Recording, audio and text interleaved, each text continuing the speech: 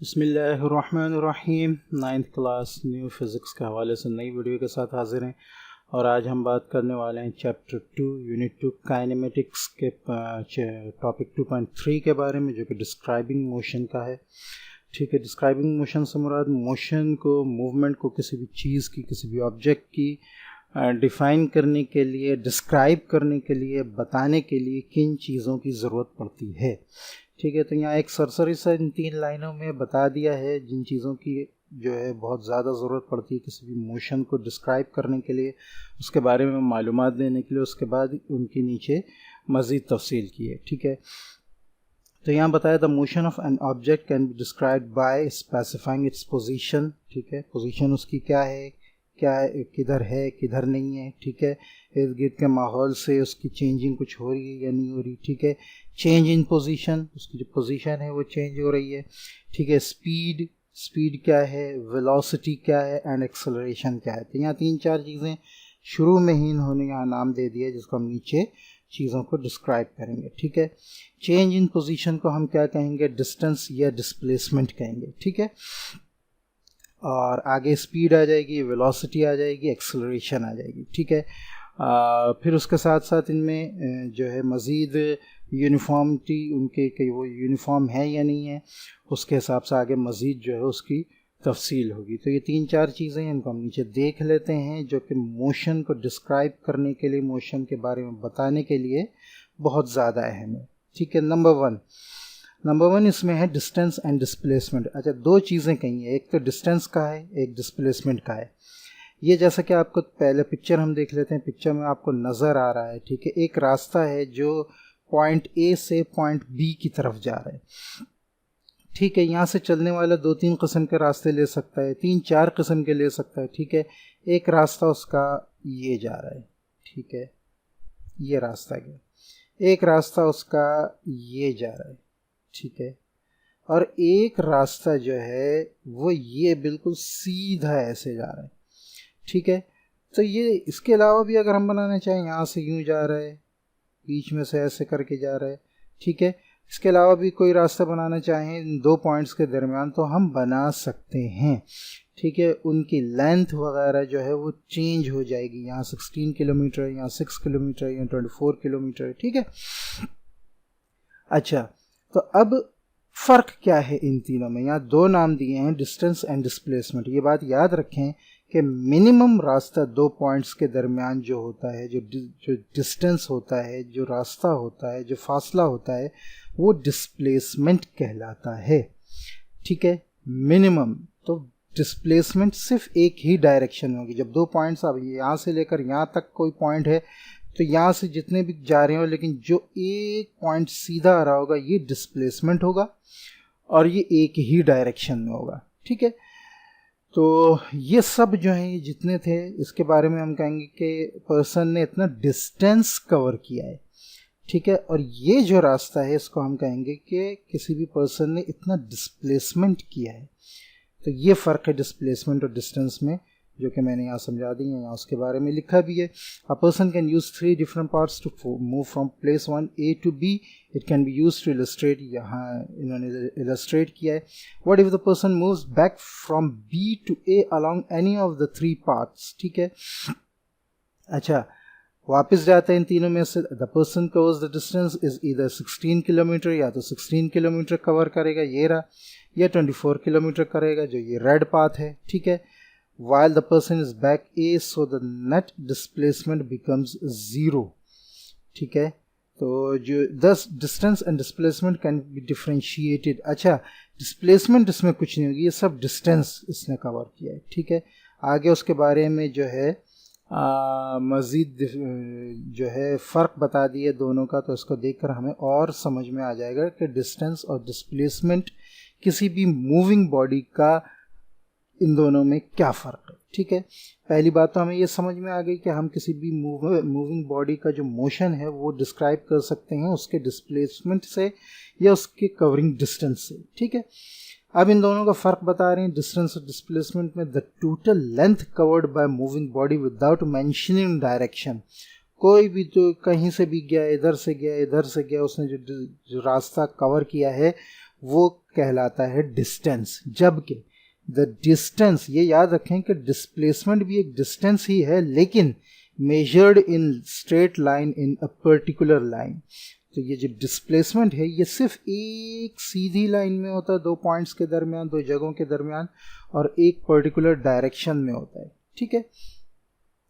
Number दूसरा फर्क बता दिया कि डिस्टेंस स्केलर क्वांटिटी है, जबकि डिस्प्लेसमेंट वेक्टर क्वांटिटी है, स्केलर वेक्टर। हम इसको मजीद आगे हमारा 2.4 आ रहा है, उसमें तफसील से देखेंगे, लेकिन इतना मैं बताता चलूँ कि स्केलर क्वांटिटी वो क्वांटिटी होती है जिसका मेन फ़र्क ये है कि जिसकी कोई डायरेक्शन नहीं होती, जबकि डिस्प्लेसमेंट वेक्टर क्वांटिटी वो क्वांटिटीज़ होती हैं जिनकी जो है एक ख़ास डायरेक्शन होती है। ये बहुत सारी क्वांटिटीज़ दोनों की आगे आ जाएंगी इंशाल्लाह। ठीक है।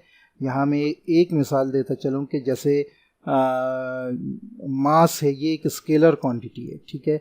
लेकिन यहाँ जो वेक्टर क्वांटिटी की अगर हम मिसाल लें तो डिस्प्लेसमेंट आगे वेलोसिटी वगैरह भी आ जाएगी। ये वेक्टर क्वांटिटी है क्योंकि इनकी एक ख़ास डायरेक्शन होती है। ठीक है। अच्छा, थर्ड है the SI unit is metre.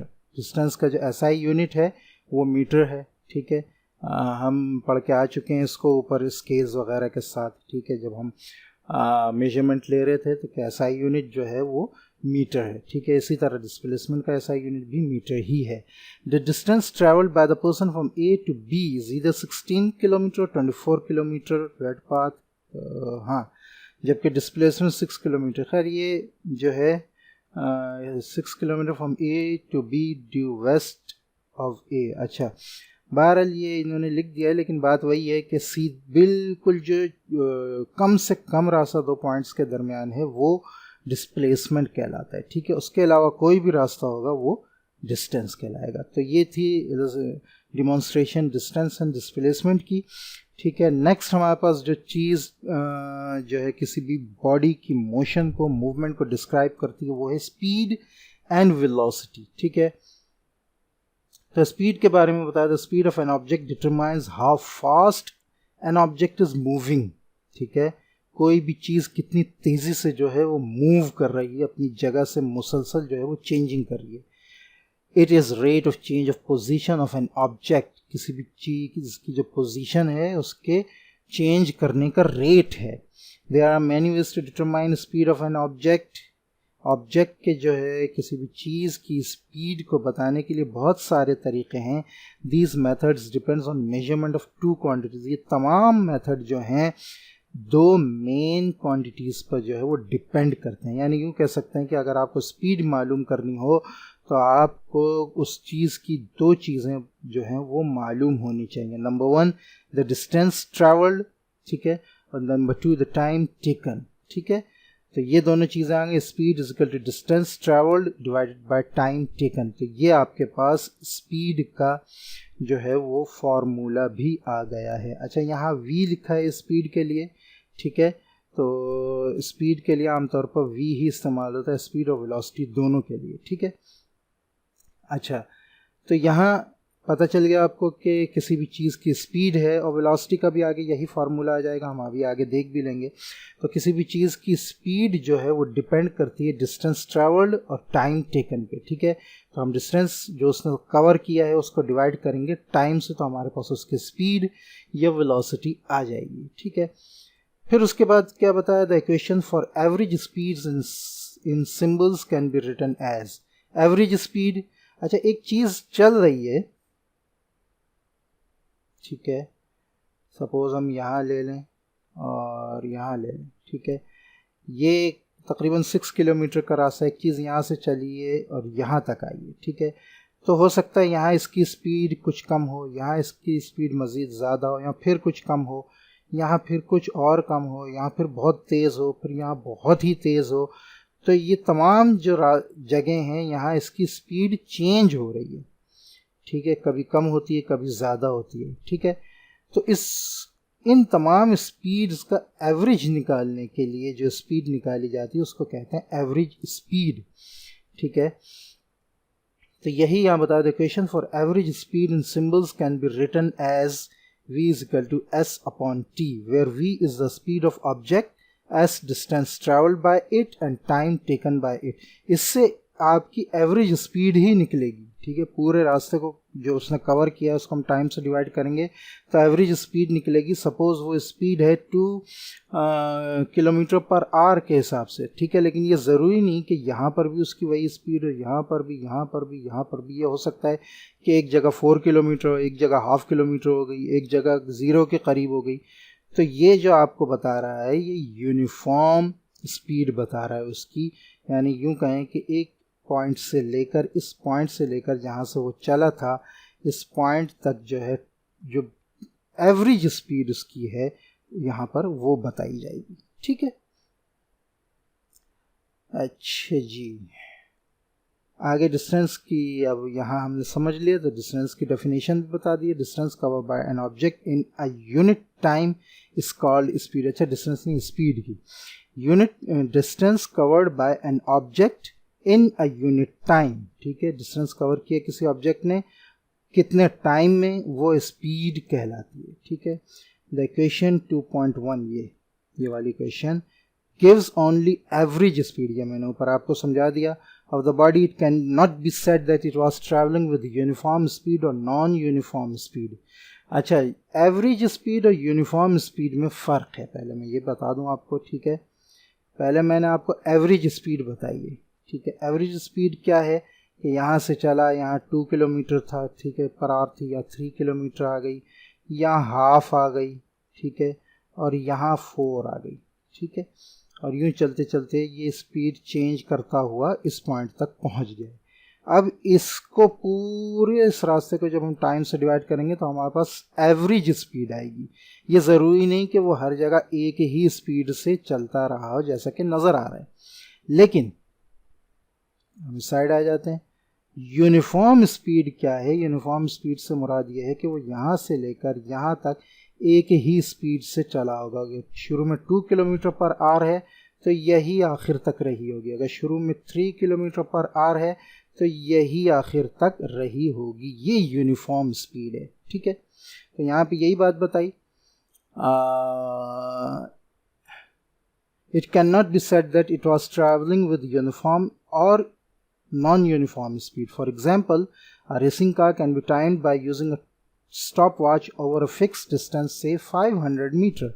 एक स्पीड कार ने एक रास्ता तय किया है 500 मीटर का। Dividing distance by time gives the average speed. ये जो पूरा हमने इसका रास्ता डिवाइड करेंगे टाइम से, ये एवरेज स्पीड बताएगा। ये हो सकता है कि वो रेसिंग कार कभी मुड़ी हो तो आहिस्ते हो गई हो, कभी बहुत ही ज़्यादा तेज़ चल रही हो, कभी ब्रेक व्रेक लगाया हो, तो ये जो है एवरेज स्पीड बताएगा। But it may speed up और slow down along the way. यही बात बताई कि वो रास्ते में कभी तेज़ या ज़्यादा हो सकती है। अच्छा, स्पीड के बारे में बताया कि स्पीड स्केलर क्वांटिटी है। ये याद रखें, स्पीड स्केलर क्वांटिटी इसलिए है कि इसकी कोई डायरेक्शन नहीं होती, ठीक है। और इसका SI यूनिट में जो है मास पर सेकेंड स्क्वायर। अच्छा, ये बात याद रखें कि जो चीज़ें हम फार्मूले में इस्तेमाल कर रहे होते हैं ना, उन्हीं की यूनिट्स आगे उस चीज़ के लिए आती हैं। जैसे यहाँ स्पीड के लिए आ रहा है metre per second, metre per second, ठीक है। तो डिस्टेंस के लिए मीटर है और टाइम के लिए सेकेंड है। हमने ऐसा यूनिट में वही इस्तेमाल किया है, ठीक है। ये तमाम चीज़ों के साथ ऐसे ही होगा, इस चीज़ को याद रखें। आगे यूनिफॉर्म स्पीड, तो an object covers an equal distance in equal interval of time is its speed known as uniform speed। इसको आसानी से मैं समझा चुका हूँ कि एक गाड़ी ने एक जगह से दूसरी जगह रास्ता तय किया, उसका बीच में स्पीड उसकी एक ही रही है हर वक्त, उसकी हर टाइम, एक सेकंड पे, दूसरे सेकंड पे, तीसरे, चौथे, पाँचवें, हर सेकंड पे उसकी स्पीड एक ही रही है, चेंज नहीं हुई, तो वो यूनिफॉर्म स्पीड कहलाती है, ठीक है। नेक्स्ट, स्पीड के साथ साथ एक और चीज़ इस्तेमाल होती है जो कहलाती है वेलोसिटी। ऑलमोस्ट स्पीड ही जैसी चीज़ है ये, लेकिन इसकी डायरेक्शन होती है, ये एक ही डायरेक्शन में चल रही होती है, ठीक है। अगर velocity means speed of an object in a certain direction, देखें एक गाड़ी चल रही थी यूं, ये इसकी स्पीड थी। हम जो इसमें distance covered divided by time करेंगे, ये हम इसकी स्पीड देखेंगे, ठीक है। लेकिन एक गाड़ी कवर करती है रास्ता ये जब हम इसका रास्ता बिल्कुल सीधा देखेंगे और इसमें हम डिस्टेंस को डिवाइड करेंगे टाइम से, ठीक है, उसी तरह तो हमें क्या मिलेगा, ये वेलोसिटी इसकी मिलेगी क्योंकि ये एक ही डायरेक्शन में है, ठीक है। तो ये फ़र्क है स्पीड और वेलोसिटी में, जैसा कि ऊपर डिस्प्लेसमेंट और डिस्टेंस में फ़र्क था, ठीक है। Velocity means speed of an object in certain direction. Velocity is a vector quantity, दस वेलोसिटी वेक्टर क्वांटिटी है, मैंने पहले बता दिया आपको वेक्टर क्वांटिटी का। Thus velocity of an object can defined as, definition बता दी वेलोसिटी की, rate of change of displacement, ठीक है, यहाँ डिस्टेंस नहीं आया, एक ही डायरेक्शन में होगा। Rate of change of displacement with respect to time is called velocity. वही चीज़ आ गई, change in displacement upon time taken, ठीक है। v is equal to delta D upon T, ठीक है। वहाँ पर हमारे पास डिस्टेंस था, हम डिस्टेंस कह रहे थे, डिस्टेंस ट्रैवल्ड, क्योंकि इसकी कोई डायरेक्शन नहीं है, जैसे डिस्टेंस की डायरेक्शन नहीं है वैसे स्पीड की डायरेक्शन नहीं है, जबकि यहाँ डायरेक्शन है, एक ख़ास डायरेक्शन में वो मूव कर रहा होता है, लिहाजा डिस्टेंस नहीं, वेलोसिटी के फार्मूले में डिस्प्लेसमेंट आया है, ठीक है। Now here d is displacement of moving object and time is t is time taken and v is velocity.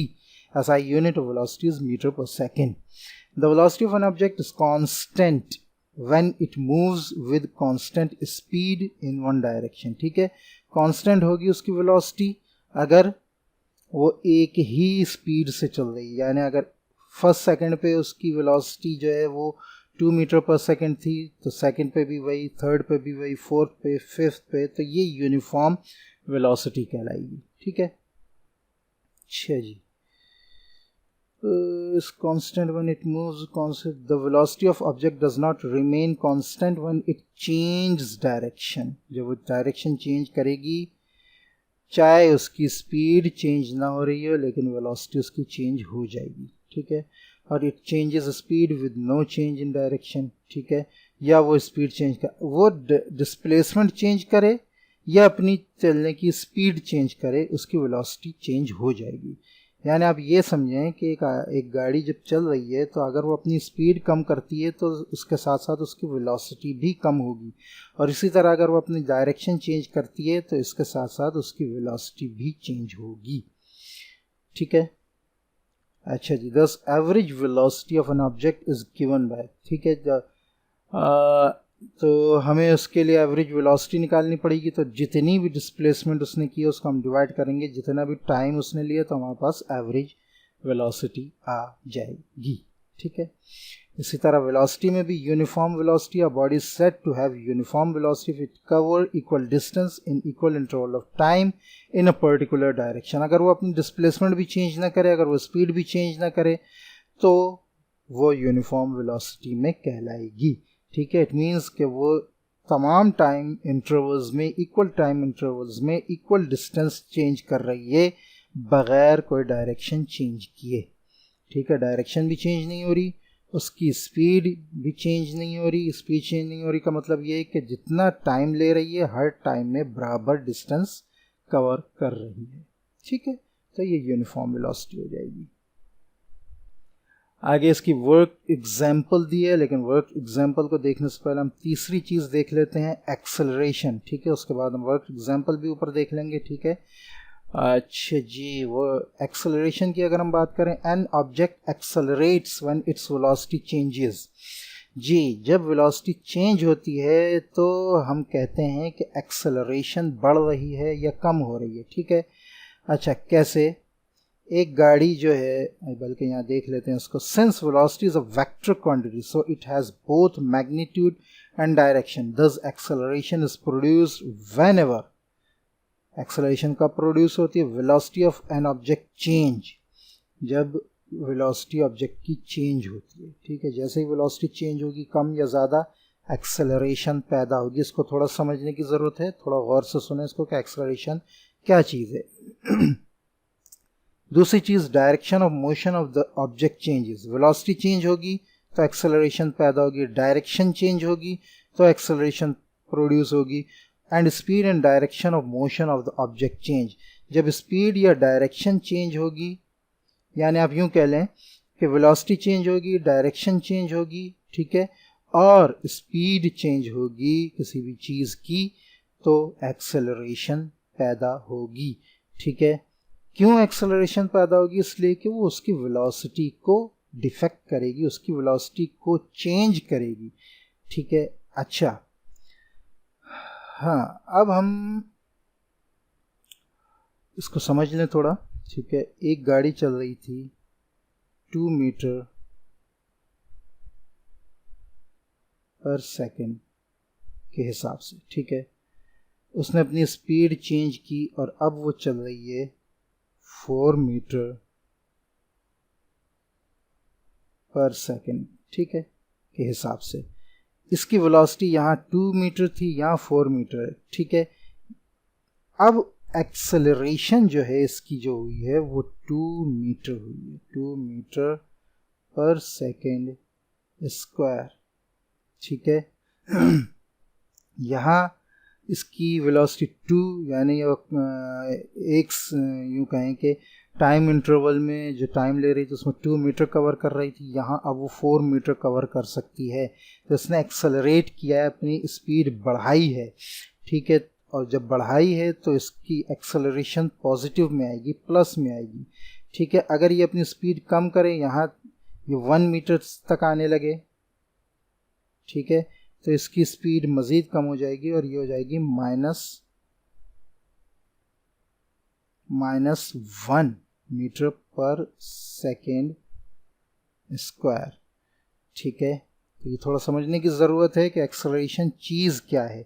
जब गाड़ी कोई भी चीज़, गाड़ी की मिसाल हम लें, एक स्पीड अपनी बढ़ाती है तो वो जो उसकी वेलोसिटी का रेट है चेंज होने का, कि पहले 2 पे थी अब 4 पे हो गई, फिर 6 पे हो गई, ये जो रेट चेंज है ये एक्सेलरेशन कहलाता है। ठीक है, thus rate of change of velocity of an object with respect to time is called acceleration. ठीक है, acceleration is equal to change in velocity upon time taken. ठीक है, delta v upon t।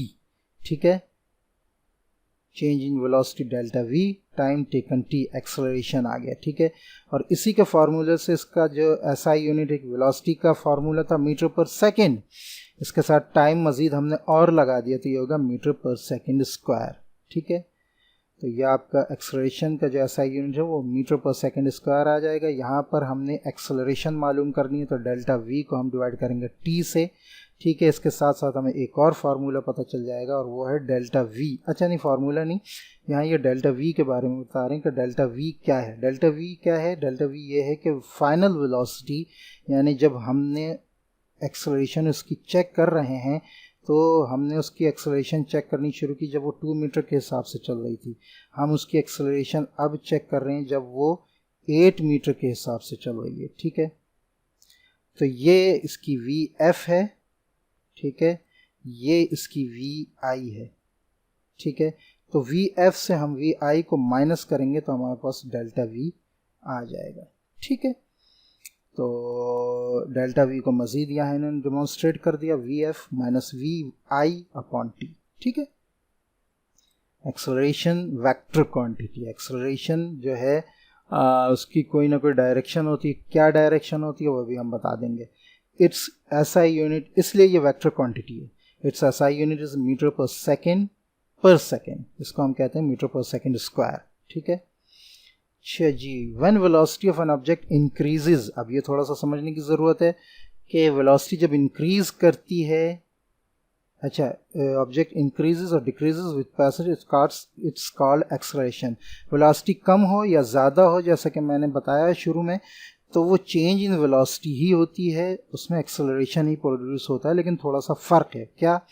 The increase in velocity give rise to positive acceleration. ठीक है, जब velocity तेज़ होती है, ठीक है, तो वो जो है वो जो एक्सेलरेशन देती है वो पॉजिटिव आती है। ठीक है, यहाँ एक्सेलरेशन आपकी पॉजिटिव आएगी, 2 मीटर पर सेकेंड स्क्वायर। ठीक है, लेकिन जब वेलोसिटी कम होती है तो वो एक्सेलरेशन माइनस में देती है। ठीक है, -1। ठीक है, यही यहाँ पे ये बात बताई, the increase in velocity give rise to positive acceleration.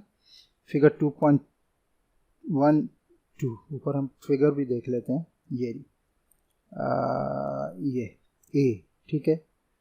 तो क्या होगा, it means the acceleration is in the direction of velocity. Like जब वेलोसिटी चेंज तेज होगी तो acceleration in direction of velocity होगी, ठीक है। लेकिन whereas acceleration due to decrease in velocity, जब डिक्रीज हो वेलोसिटी तो ये नेगेटिव होगी। ये बात याद रखें, जैसे मैंने यहाँ -1 बताया था, नेगेटिव होगी और ये डेक्लरेशन कहलाती है, ये रिटार्डेशन कहलाती है। याद रखिएगा, ये एमसीक्यूज में आ सकता है, ठीक है।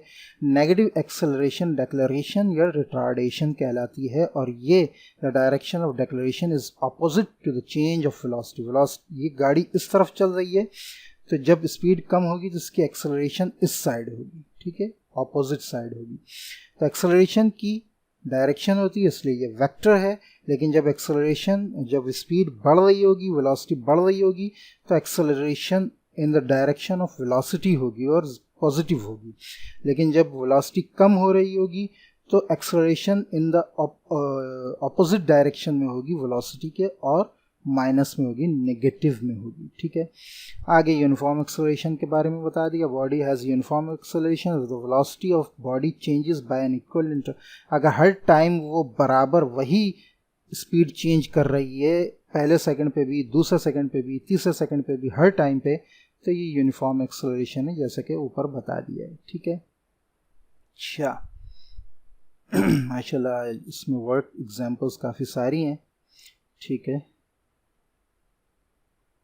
आई थिंक इसको हम यहाँ जो है एक्सेलरेशन को क्लोज अप कर लेते हैं और वर्क एग्जांपल नेक्स्ट वीडियो में करेंगे, ठीक है। तो यहाँ ये हमारे पास आगे मज़ीद आ रहा है। When the change I increase और decrease the velocity of S M then its acceleration uniform को बता दें। When velocity of an object increases, हाँ ये वही चीज़ सारी बता दी यूनिफॉर्म एक्सेलरेशन का, मतलब वेलोसिटी और डिक्रीजेस, ठीक है।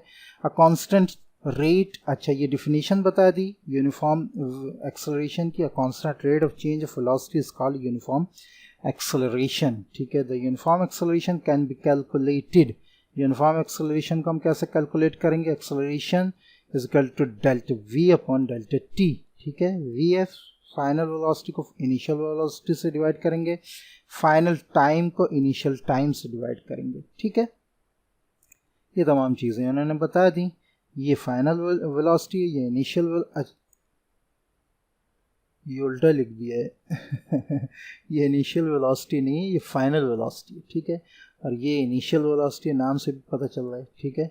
अच्छा टाइम आ रहा है, ठीक है, ये टाइम आ रहा है। अच्छा इसमें time is eight final t2, ठीक है, ये फाइनल है, ये इनिशियल टाइम है, ठीक है। अच्छा बाकी ये आ गया। अब नेक्स्ट क्लास में हम इंशाल्लाह वर्क एग्जांपल्स भी इसकी कर लेंगे। अस्सलामु अलैकुम व रहमतुल्लाहि व बरकातुहू।